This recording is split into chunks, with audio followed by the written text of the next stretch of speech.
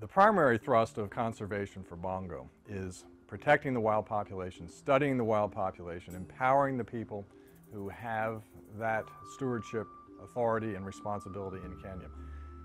But as conservation programs like this go on, we realize that we can't rely on just a single approach or a single route to conserving a species. What we're really talking about is a species as a resource. So what the repatriation phase taught us is that we have to manage the Bongo antelope as a resource for the long term. And since the historical success for reproduction and for management has been in North America, and there's been a very robust and healthy captive population here, it's vital that we keep that resource managed in a responsible way, and that we use those animals sustainably to support the field effort. And that means not just having animals in conservatories and zoos and ranches, but being able to have them managed in such a way that they are meaningful representatives going back to the managed population in the wild and then ultimately back to the wild. So what we started over the last couple of years was an expansion of the original Bongo management program, which started in the 70s. And this expansion is Florida-based, and it starts here with Rare Species, in that we're looking at large ranches, privately owned ranches, that can serve as management centers for Bongo population.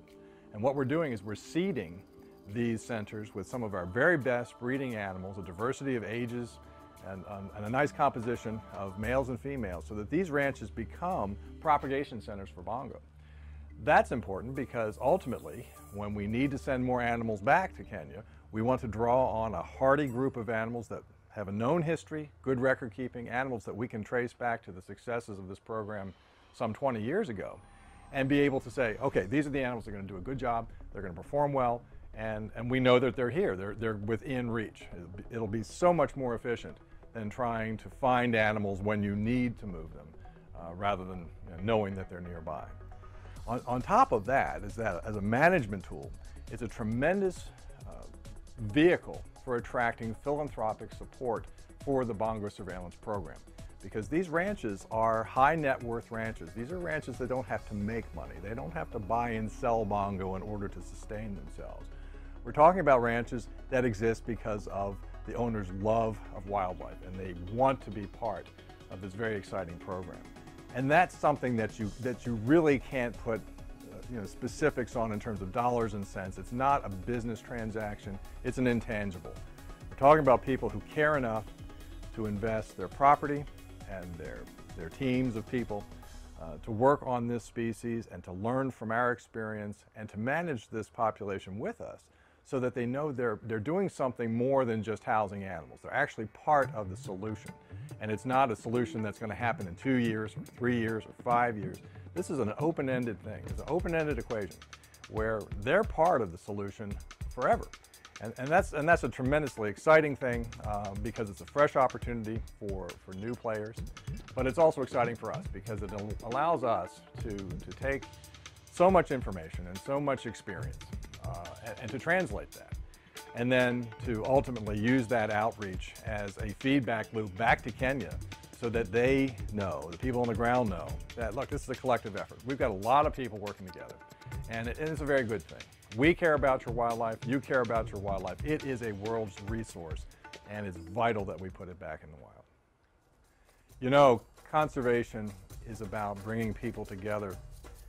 People who care about wildlife, people who want to make a difference, people who want to save nature.